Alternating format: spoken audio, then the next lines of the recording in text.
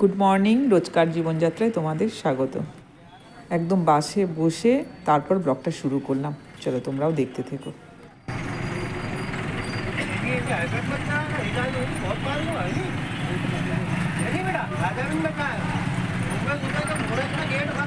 চলো স্কুলে এসে গেলাম, এখন যাব মন্দিরে। মন্দির যেতে যেতে দেখাই তোমাদের, আমাদের আশ্রমে প্রত্যেক বছর যে বার্ষিক অনুষ্ঠানটা হয় 3 দিনের, আজকে থেকে সেটা শুরু হবে, তাই প্যান্ডেল সব করা হয়েছে। চলো মন্দিরে যাই। এই হলো মন্দির, আসবো সন্ধেবেলায়।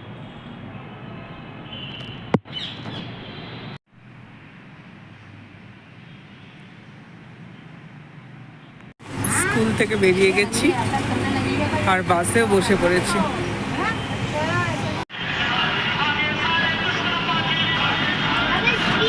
গেলাম, দেখি ওরা কি করছে। তো ভাই এখানে কম্পিউটারে কি করছিস? কাজ? পরীক্ষা। তোর ইন্টারভিউ ছিল না আজকে? চল ফ্রেশ হই তারপরে। Good evening. এই যে মায়ের সন্ধে দেওয়া হয়ে গেছে। বাইরে একদম অন্ধকার। চলো বেরোই। 6:20, 7টা থেকে প্রোগ্রাম শুরু হবে, তাই বেরোচ্ছি। চলো। মা আবার ফটো পোজে দেওয়ার মতো। মাও রেডি হয়ে গেছে, টুবাই একটা ওলা বুক করছে। চলো বেরোই আমরা।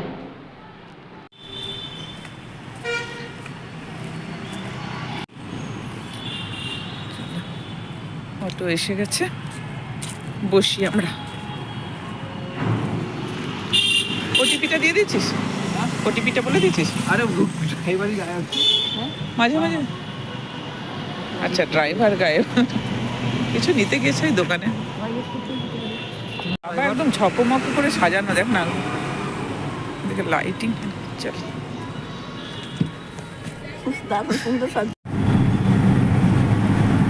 সেই একই রাস্তা, এই রাস্তা দিয়ে রোজ স্কুলে যাই সকালবেলা। এই সেই ব্রিজটা, যেটা নতুন ব্রিজটা হচ্ছিল, আমি এর আগের ব্লগে দেখেছি। এই প্রথম আমি এই ব্রিজটার উপর দিয়ে যাচ্ছি। अच्छा नहीं, चंदन नगर होके जाओगे ना? हाँ मुझे मालूम है ना, मैं तो रोज ही जाती हूँ इस रास्ते से, नीचे से जाती हूँ भैया। চারদিকে শুধু এখানে ম্যারেজ গার্ডেন, চারদিকে ম্যারেজ গার্ডেনের রাস্তা। চলো চলে এলাম মন্দিরে, না আশ্রমে চলে এলাম। স্কুলটা একদম অন্ধকার, কত বাচ্চা সকালবেলায় হই হই।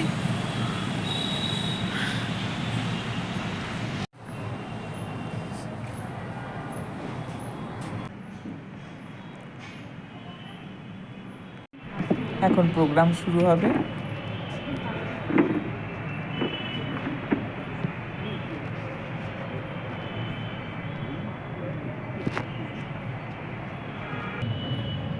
नमः श्रीयतिराजाय विवेकानंद सूरये सच्चित्सुखस्वरूपाय स्वामिने तापहारिणे।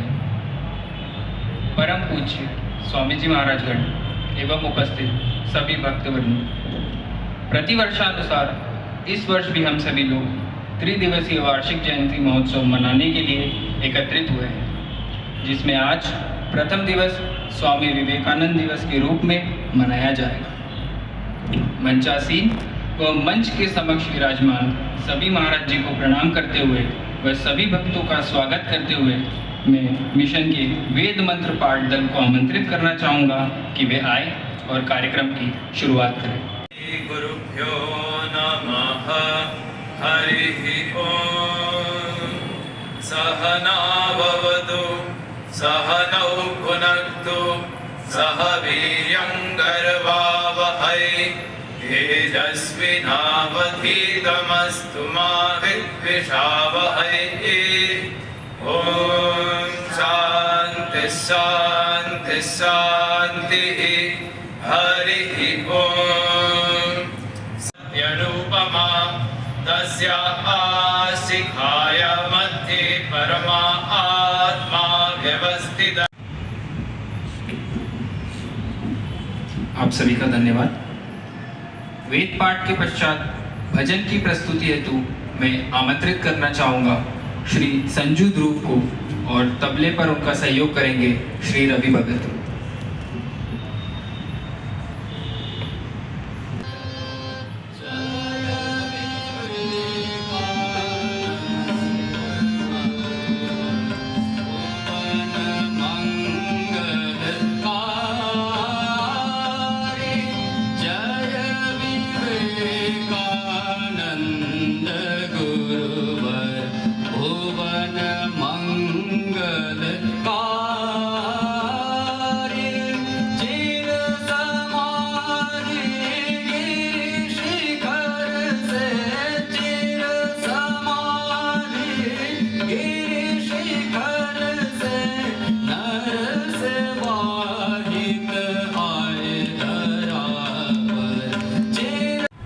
धन्यवाद। अब मैं परम पूज्य स्वामी निर्विकारानंद जी महाराज से निवेदन करूंगा कि वे सभी अतिथि महाराज के परिचय से हमें अवगत कराएं एवं उन्हें पुष्पमाला पहनाकर उनका स्वागत करें। श्री पूज्य महाराज जी।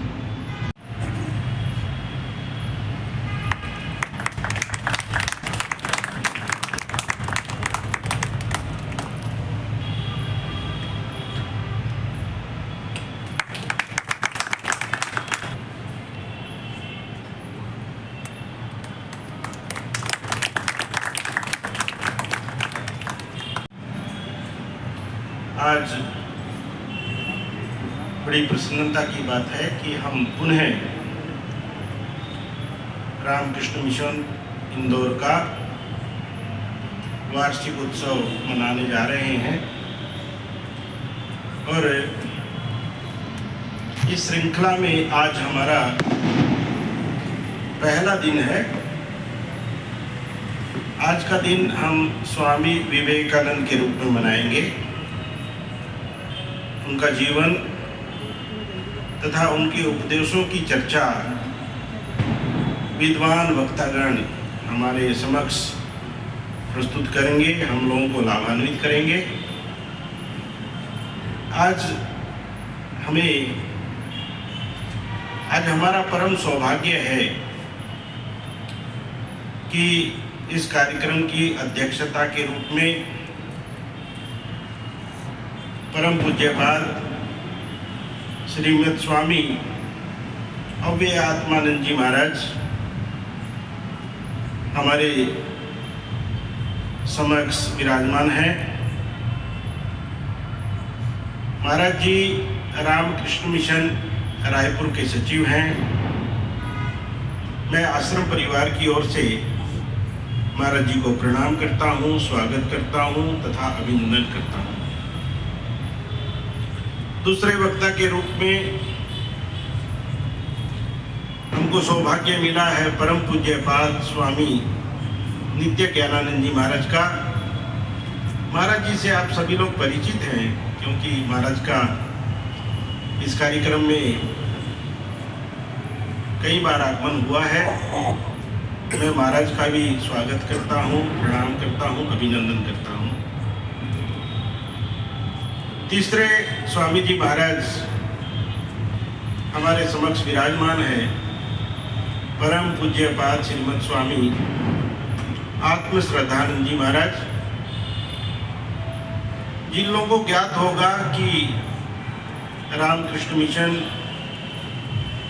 एक अंग्रेजी मासिक पत्रिका प्रकाशित करता है चेन्नई मठ से। आप बहुत वर्षों तक उसके संपादक रहे, एडिटर रहे तथा वर्तमान में रामकृष्ण मिशन आश्रम होते हैं या मुलाकात होती है तो रामकृष्ण देव पहचान जाते हैं उनको। आप लोगों ने भी देखा होगा कि जो पूर्व परिचित लोग हो उनसे बातचीत सहज हो जाती है। तो भगवान रामकृष्ण देव कहते हैं कि तुम वही नर नारायण ऋषि हो और लोगों का उद्धार करने के लिए आए हो।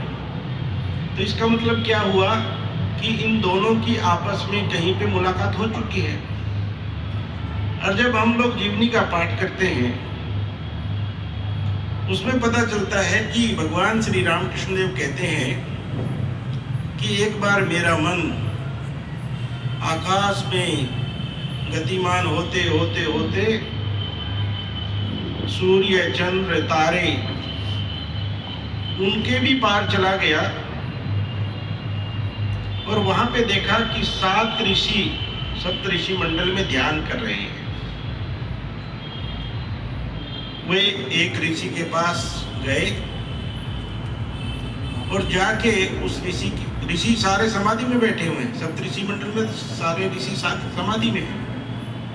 एक ऋषि को हिलाया, माने समाधि से नीचे उतारा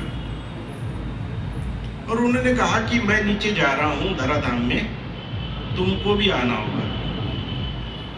ऋषि ने बात तो नहीं की, हामी भरी कि हाँ मैं आऊंगा। अब मैं सभी महाराज लोगों के चरणों में प्रणाम करते हुए अपनी वाणी को विराम देता हूं। धन्यवाद।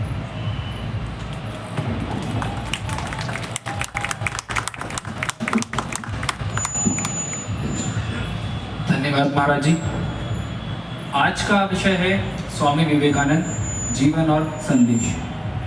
मैं परम पूज्य स्वामी आत्मश्रद्धानंद जी महाराज से निवेदन करूंगा कि वे स्वामी जी के जीवन और संदेश पर प्रकाश डालें और हम सबको भी उससे अवगत करें। नमः श्री अतिराजाय विवेकानंद सूरये सच्चित् सुख स्वरूपाय स्वामिने तापहारिणे।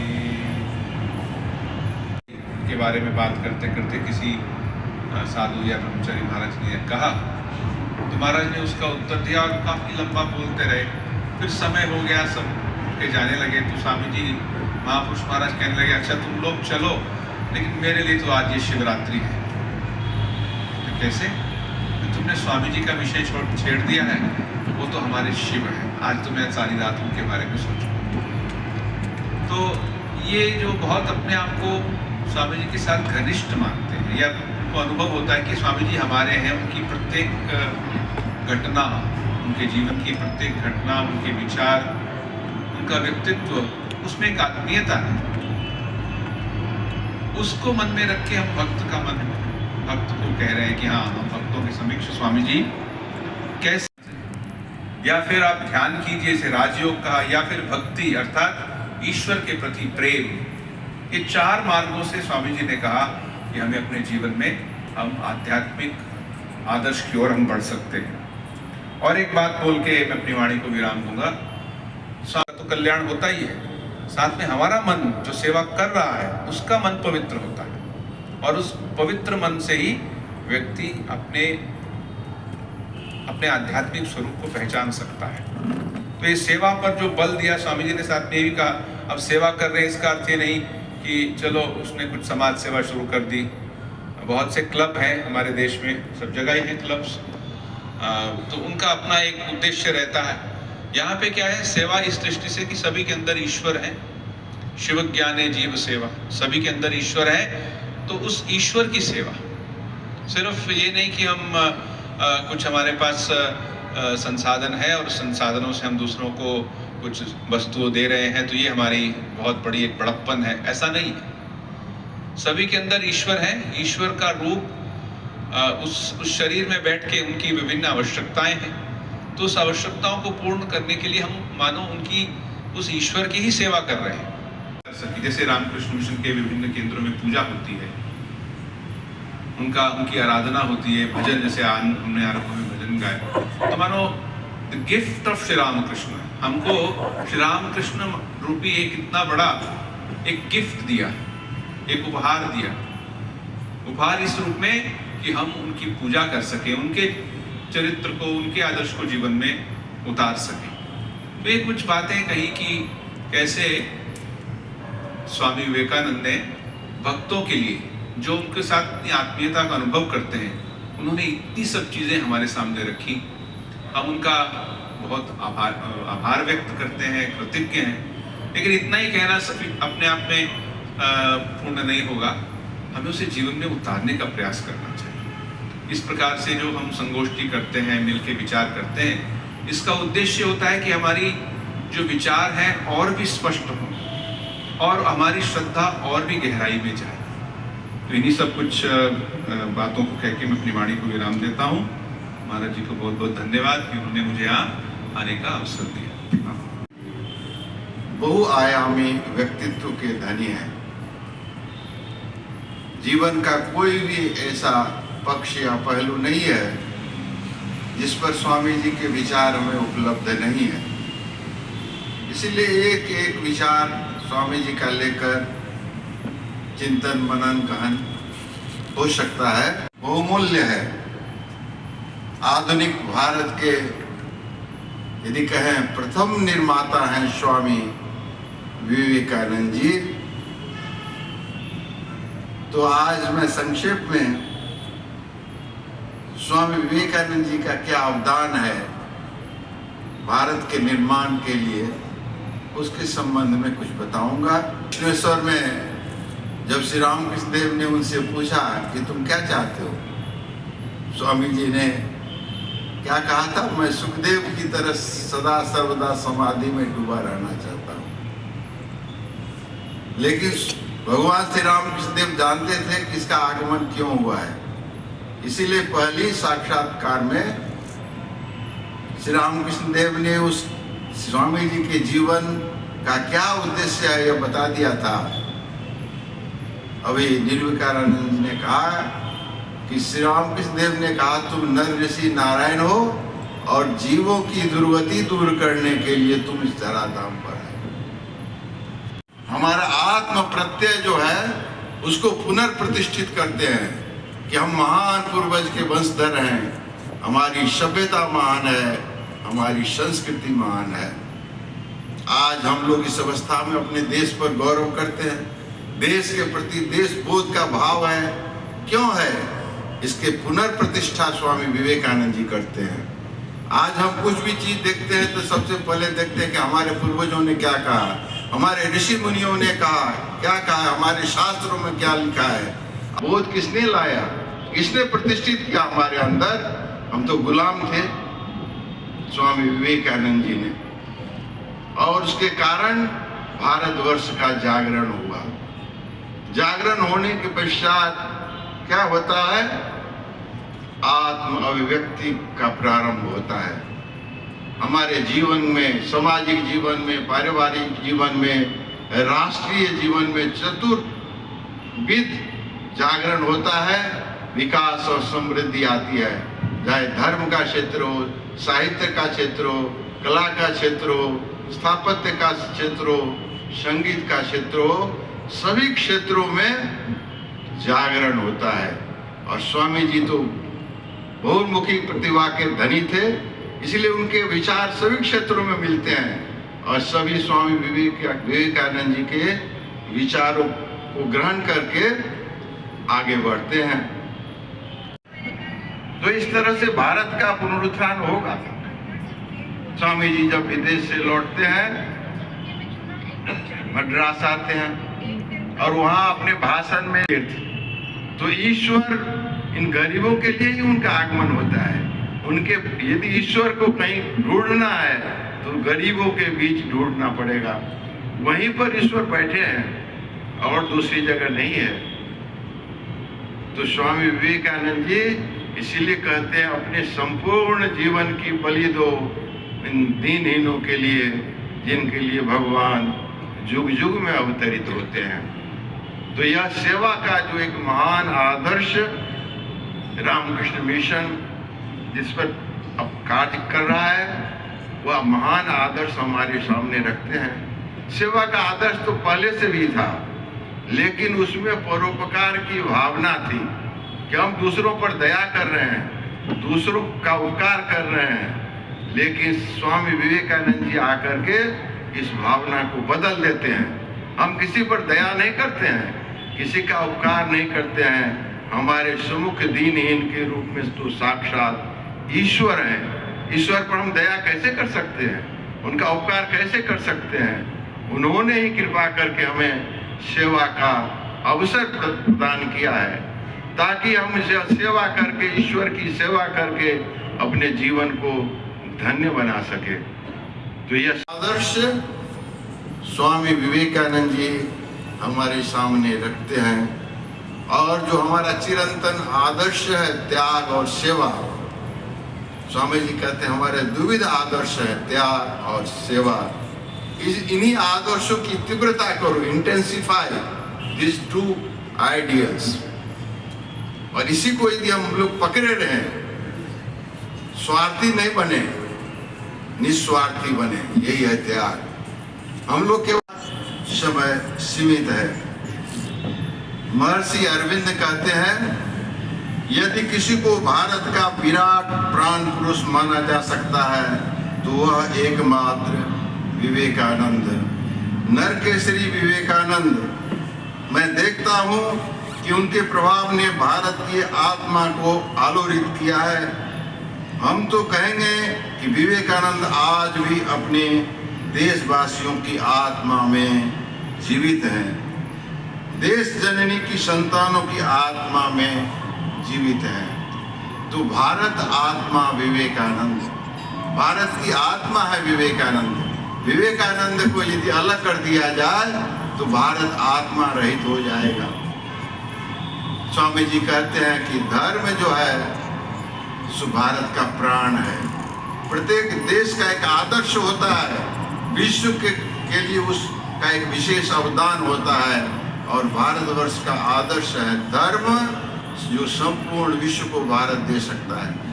धर्म का यदि हम त्याग कर दें तो भारतवर्ष की आत्मा नहीं रहेगी। धन्यवाद महाराज जी। जैसे स्वामी जी ने माँ कन्याकुमारी से सेवा की प्रार्थना की थी, उसी तरह हम भी स्वामी जी से उसी सेवा की प्रार्थना करते हैं, ताकि किंचित रूप से हमारा जीवन भी किसी भले काम आ सके।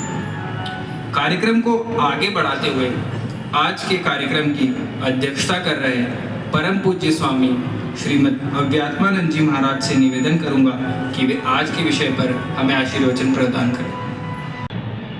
नमस्ते यतिराजाय विवेकानंद सूर्य सत्य सुख स्वरूपाय स्वामिने तापहारिणे। जब वो पहाड़ में चढ़ के वहां जा रहे थे, शहर की पहली जगह है, इतने कमजोर हो गए थे कि पत्थर में सो गए, लेट गए। अद्भुत भूख से तड़प रहे थे। उस समय एक मुसलमान फकीर ने आके उसको दिया, महाराज जी आप तो बहुत भूखे, कुछ लेंगे खाने को? ककड़ी काट के दिया था। तो कहते हैं मेरे हाथ में शक्ति नहीं है, इसको उठा के खाने की, तुम मेरे मुंह में डाल दो। जिसके पास अष्ट सिद्धि है वो इस प्रकार भूख से व्याकुल है, पर सिद्धि का उपयोग नहीं किया। इसलिए मैं कहता हूं स्वामी जी का मैसेज है ना, वही उनका जीवन है। जैसे कहा अष्ट सिद्धि मैं नहीं चाहता मेरे को, और स्वामी जी देखते हैं कितने व्याकुल, सिद्धि को उसने उपयोग नहीं किया। उसके बाद अपन देखते हैं स्वामी जी पूरा देश जब अपना घूमते हैं तो माउंट आबू की घटना है। उसके गुरु भाई मिले, स्वामी तुरायानंद, स्वामी ब्रह्मानंद। उस समय देखे स्वामी जी का चेहरा और शरीर एकदम उज्ज्वल और मन तेजोमय। उस समय स्वामी जी अपने गुरु भाई को कहते हैं, तुरायानंद को देख हरि भाई, तेरे वेद और वेदांत तो मेरे को कुछ समझ में नहीं आया, पर इस देश की और लोगों की दुख दर्द को देख के मैं सहन नहीं कर पा रहा हूं। ये स्वामी जी की वेदना देखिए। अपन उपनिषद पढ़ते हैं, गीता पढ़ते हैं, वेद वेदांत पढ़ते हैं, ये सब पढ़ते हैं, पर एक मनुष्य की वेदना को अपन नहीं पढ़ पाते, अनुभव नहीं कर पाते। यही स्वामी जी के जीवन में और हम लोग के जीवन में अंतर है। नीम वट वृक्ष के नीचे हम शिक्षित और सुरक्षित रहे, यही ठाकुर माँ और स्वामी जी से प्रार्थना है। आज का कार्यक्रम समाप्ति की ओर है। इस हेतु मैं परम पूज्य स्वामी निर्विकारानंद जी महाराज को आभार प्रदर्शन के लिए निवेदन करता हूँ। सभी महाराज लोगों के चरणों में प्रणाम ज्ञापित करता हूँ तथा धन्यवाद देता हूँ कि आप सभी ने हमारा सुंदर मार्गदर्शन किया। तो आप कृपया करके 7 बजने से 5-7 मिनट पहले आके ठाकुर जी का दर्शन करें और अपना अपना स्थान ग्रहण कर लें। धन्यवाद। अभी सभी लोग प्रसाद लेंगे, प्रसाद लेके घर जाएंगे। धन्यवाद।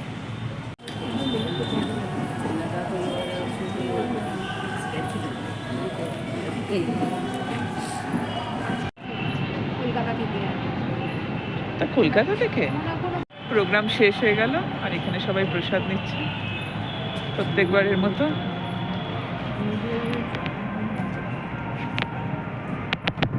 চলো প্রসাদ নিয়ে নি। সবার হয়ে গেল, এবার ঘরে যাচ্ছি। আগে আমাদের আবার হ্যাঁ, অনেকটা যতটা দূর যাবে এবার বেরিয়ে যাব। আমার এই বন্ধু সোনালি ওই পৌঁছে দেবে, ও আর দাদা এসছে। চলো ভিডিওটা এই পর্যন্তই রাখলাম। ভিডিওটা যদি তোমাদের ভালো লাগে তাহলে লাইক করে দিও। আজকের মতো গুড নাইট, গুড বাই।